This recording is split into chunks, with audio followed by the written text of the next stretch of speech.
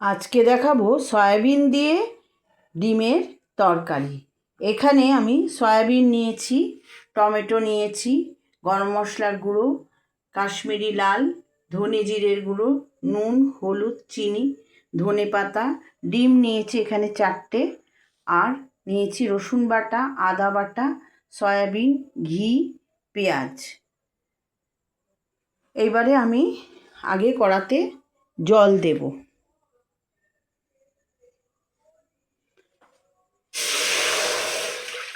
এবারে জলটা আমার একটু ফুটবে, তারপরে আমি ডিমটা ছাড়ব।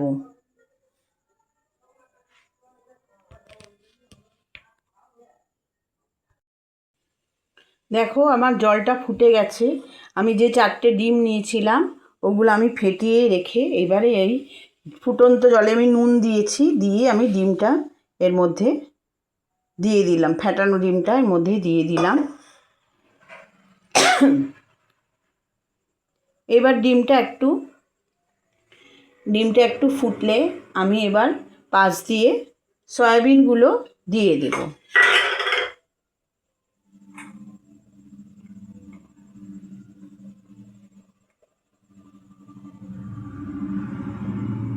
দেখো জলের মধ্যে ডিমটা আমার ফুটছে। এইবারে আমি পাশ দিয়ে সয়াবিনগুলো দিয়ে দিলাম।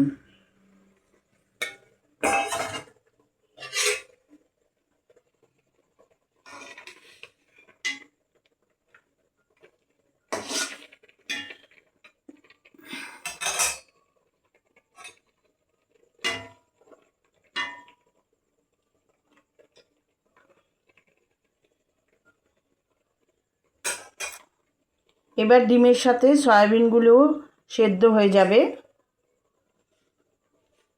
এগুলো একটু সেদ্ধ হবে।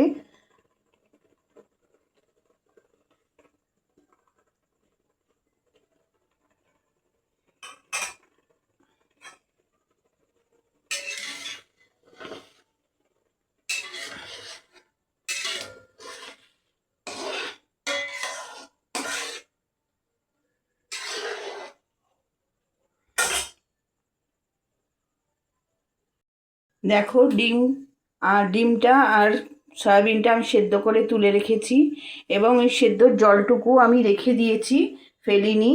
এইবারে আমি কড়াই তেল আর ঘি দিয়েছি, এবারে আমি পেঁয়াজ দেব।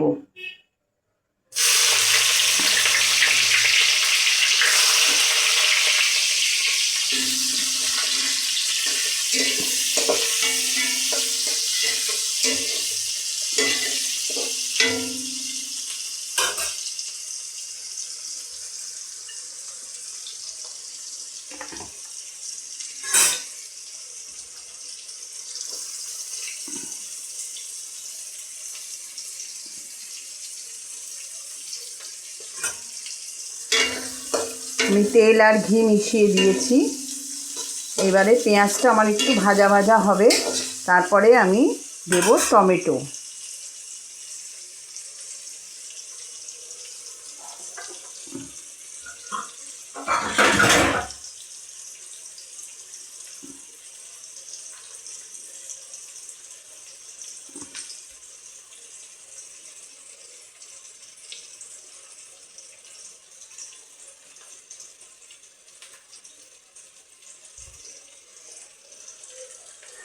এবারে আমি টমেটোগুলোও দিয়ে দিলাম।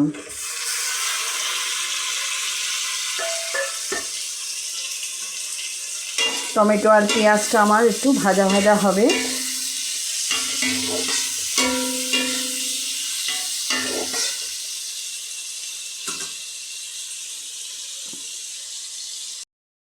দেখো আমার পেঁয়াজ টমেটো নরম হয়ে এসছে। এবারে আমি একটু আলু সেদ্ধ করে ছোট ছোট করে রেখেছিলাম, আমি এর মধ্যে দিয়ে দিলাম। অল্পই দিয়েছি আলু, বেশি দিইনি। আলু ছাড়াও করা যেত, কিন্তু আমি একটু আলু আমার ইচ্ছে হলো দিলাম। তো একদমই ছোট ছোট করে আলু কেটে আমি সেদ্ধ করে রেখেছিলাম। আমি আলু যখনই রান্না করি আমি সেদ্ধ করে করি, কেননা আমাদের সুগার আছে। সেদ্ধ করে আমি জল ফেলে দিয়ে তারপর রান্না করি। এবারে আমি এখানে দেব আদা বাটা, দিলাম দেব রসুন বাটা।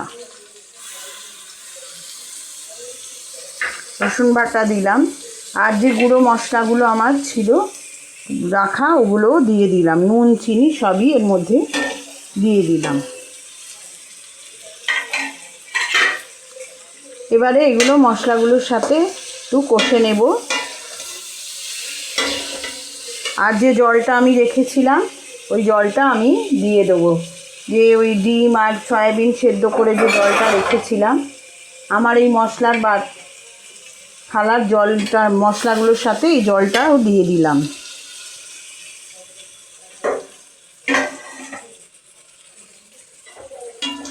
এখন এগুলো একটু কষা হবে।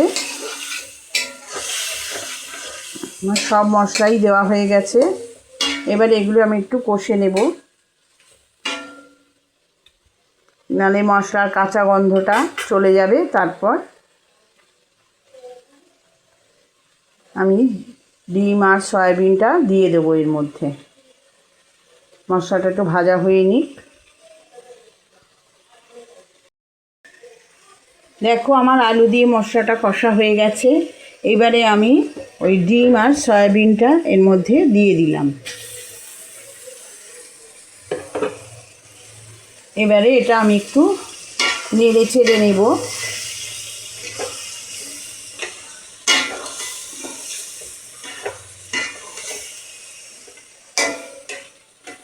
আমি একটু এর মধ্যে জল দেব, অল্প একটু জল দেব। দেখো একটু জল দিলাম।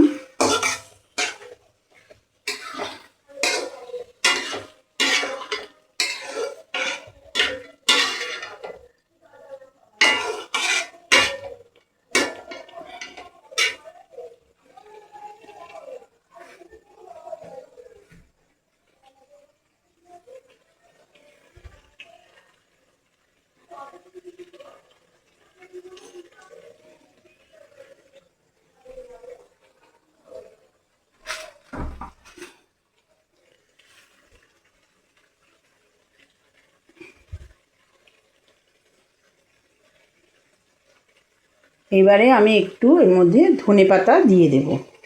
আমি এটা বেশি ঝোল রাখবো না। এবারে আমি গরম মশলা রেখেছিলাম সেটাও আমি দিয়ে দিলাম, আর দেব একটু ঘি।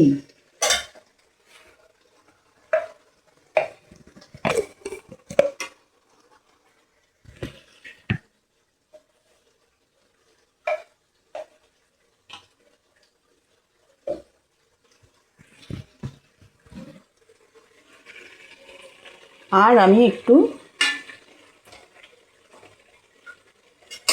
ঘি দিয়ে দিলাম। আমার রান্নাটা মোটামুটি কমপ্লিট হয়ে গেছে। এবার আমি গ্যাসটা অফ করে দিলাম।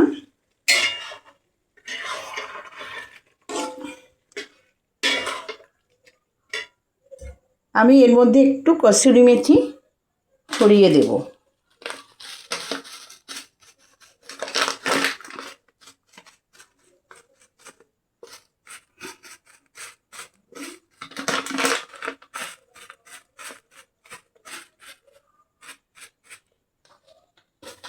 তো আমি এর মধ্যে একটু ধনেপাতা এবং কসুরি মেথিও দিয়ে দিলাম। আমার রান্নাটা কমপ্লিট হয়ে গেল। এটা লুচি, পরোটা, ফ্রায়েড রাইস, পোলাও সব কিছুর সাথেই খেতে ভালো লাগবে। তোমরা আমার এই রান্নাটা ট্রাই করবে এবং অনেক অনেক শেয়ার করবে। চ্যানেলটা আমার সাবস্ক্রাইব করবে।